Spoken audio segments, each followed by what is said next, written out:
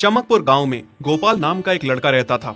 उसकी सौतेली माँ और बाप ने उसे घर से निकाल दिया था। उसकी सौतेली माँ ने सब कुछ अपने और अपने बच्चों के नाम पे कर रखा था और गोपाल को हिस्से के नाम पे 3 गायें दे रखी थी। गोपाल पढ़ा लिखा तो बहुत था, पर नौकरी ना मिलने के कारण उसने सोच लिया था कि वो अब उन तीनों गायें की खूब देख रेख करके उनसे जो दूध मिलेगा उसे बेच के अपना कारोबार चलाएगा।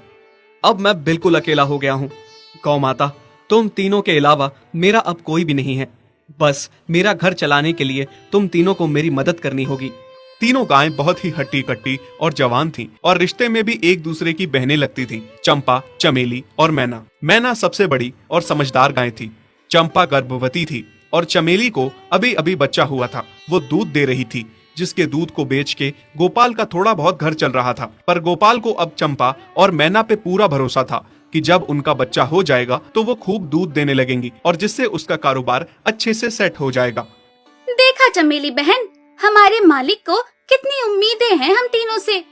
हाँ चंपा, सुना मैंने, मालिक ने हमसे कितनी सारी उम्मीदें लगा रखी हैं।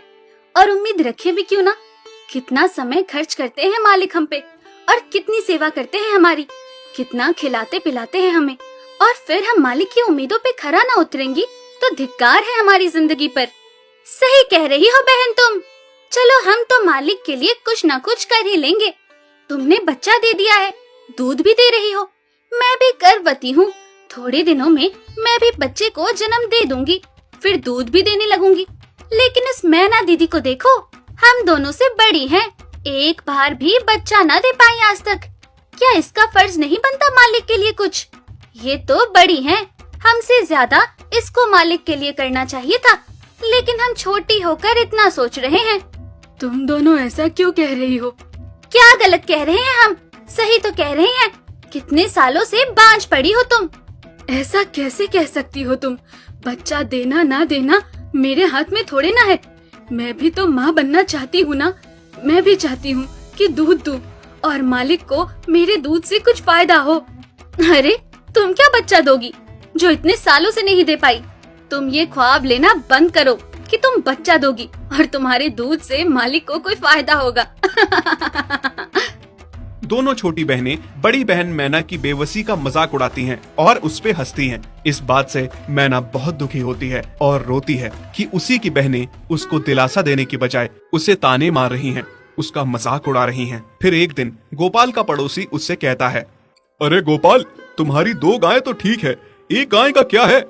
उससे तुम्हें कोई फायदा नहीं है, बेच क्यों नहीं देते उसे? अरे नहीं नहीं भाई साहब, बेचना क्यों उसे? अभी बच्चा नहीं दे रही तो क्या पता कल वो बच्चा दे दे। कोई भी काम जल्दबाजी में नहीं करना चाहिए।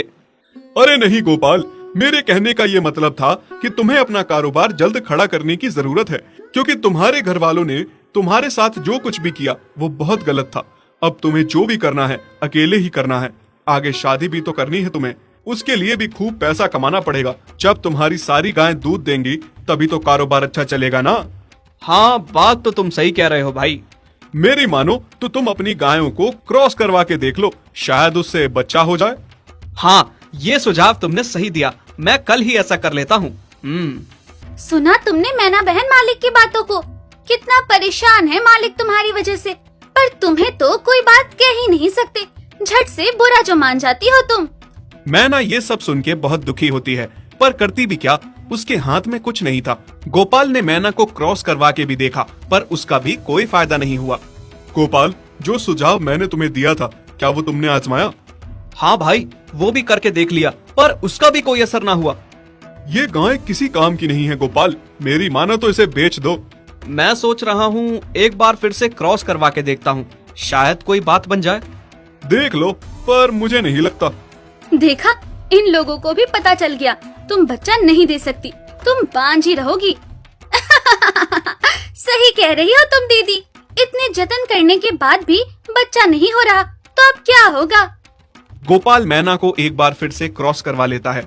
दोनों बहनें चंपा और चमेली मैना के बांझपन का मजाक उड़ाती हैं और उस पे खूब हंसती हैं। फिर एक दिन मैना चमेली के बच्चे के साथ खेल रही थी कि तभी चंपा देख लेती है। हाँ देख तो चमेली दीदी, ये मैना दीदी तेरे बच्चे के साथ क्या कर रही है? मुझे समझ में नहीं आ रहा, तू इस बांझ के साथ अपने बच्चे को कैसे छोड़ सकती है? जब मेरा बच्चा आ जाएगा मैं